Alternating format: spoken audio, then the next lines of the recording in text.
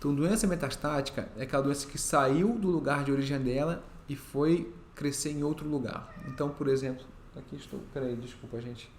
Estou com uma visita aqui, né? O que você quer? Quer chatear? Deixa eu ver se... Peraí, só chatear. Vai trabalhar ali, ó. Isso, fica trabalhando aí. Tá bom, vamos voltar a falar sobre então doença metastática. O pior que acontece, quando o gato aparece, ninguém mais presta atenção na live, que já me falaram. Só presta atenção no gato. Você não quer ir embora não, meu querido? Vai passear, vai. Ou dorme então um pouquinho, por favor. Não vai querer dormir. Deixa eu botar no chão, você vai embora. Vai. Vai passear aqui, meu filho. Vai caçar comida, vai. Pronto. Senão ninguém presta atenção mais no que eu faço. Presta atenção no gato. Então vamos falar... Não teve jeito, ó. Quis voltar. Tá bom. O gato é o dono da casa. Então como é que a gente trata a doença metastática? Para, chato. Vai embora daqui. Que bicho chato. Sai. Ele não só quer participar, como ele quer puxar a cadeira para perto. Tá bom. Será que eu vou conseguir agora pela terceira vez falar? Tá ali. Tá bom. Doença metastática. Vamos lá. Qual é a lógica da coisa? É tratar a doença pelo maior tempo possível. Tá? Controlar aquela doença. E a gente sabe que o objetivo do tratamento ali em doença metastática, na maioria absoluta das vezes, não é curar, não é sumir com a doença de todo e a pessoa não ter mais que fazer acompanhamento médico. É diminuir aquela doença, controlar, reduzir os sintomas e manter em controle pelo maior tempo possível. A gente sabe que no tratamento da doença metastática, a gente vai ter que trocar de tratamento de tempos em tempos, porque a doença entende como o remédio funciona. Ou a doença entende como o remédio funciona, ou o remédio vai matar todas aquelas células que são sensíveis a esse tratamento e vai sobrar umas 3, 4. Essas 3, 4 vão voltar a crescer e essas células são resistentes ao tratamento. Mal comparando como um antibiótico, né? Mata todas as bactérias que consegue matar, sobra 3, 4.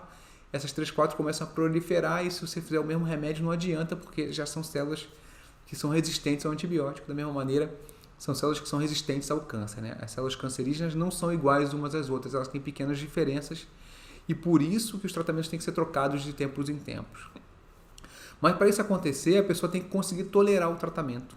Então, para tolerar o tratamento o maior tempo possível, tem que ser esquemas que sejam fáceis de serem tomados ou que sejam intensos por um momento e que você dê um descanso para que aquela pessoa recupere depois de um período inicial de tratamento.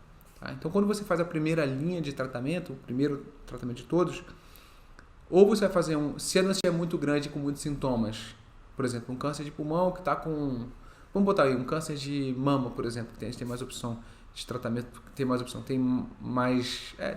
eu diria, de tratamento do que câncer de pulmão. Não que tenha poucas opções de câncer de pulmão, é que câncer de mama pode fazer várias coisas diferentes. Em pulmão a gente sabe bem qual é a primeira linha de tratamento.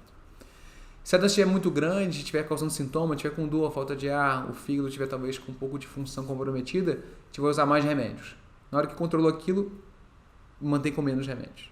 Se progredir, se crescer novamente, a gente vai usar... cresceu devagar? Então a gente vai usar um remédio só. Cresceu rápido? Troca 2 remédios. Tá? Em câncer de pulmão a mesma coisa. Então a gente tem que ir fazendo esse tipo de estratégia. Né? Eu até falo com meus pacientes quando a gente vai fazer um tratamento para doença metastática, isso aqui é meio como um jogo de xadrez, em que a gente tem que ter várias peças, que são os tratamentos, e a gente vai usar os melhores tratamentos nos melhores momentos. Não tem uma regra... Até existe uma regra principal para que a gente faça tratamento primeira, segunda, terceira linha, e em algum momento a gente vai ter que individualizar para cada pessoa. Tá? Então, como que a gente faz quando a pessoa começa a ficar... a pessoa está debilitada e talvez não aguente a quimioterapia? A gente vai ter que mudar um pouco. Baixa um pouco a dose, divide, né? No caso aqui do câncer de pulmão, a pessoa fez um tratamento com quimio inicialmente, depois passou para docetaxel, que é uma outra quimioterapia relativamente forte, relativamente agressiva. Se a pessoa estiver cansada, talvez ela não aguente a dose inteira do tratamento. Então, o que a gente pode fazer? Dividir a dose e fazer metade uma semana, metade na outra. E descansar a terceira.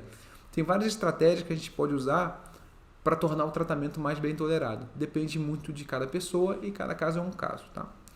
O que não pode parecer é que eu estou inventando as coisas da minha cabeça. A gente vai usar as evidências científicas que existem, melhores em cada caso, para selecionar os tratamentos.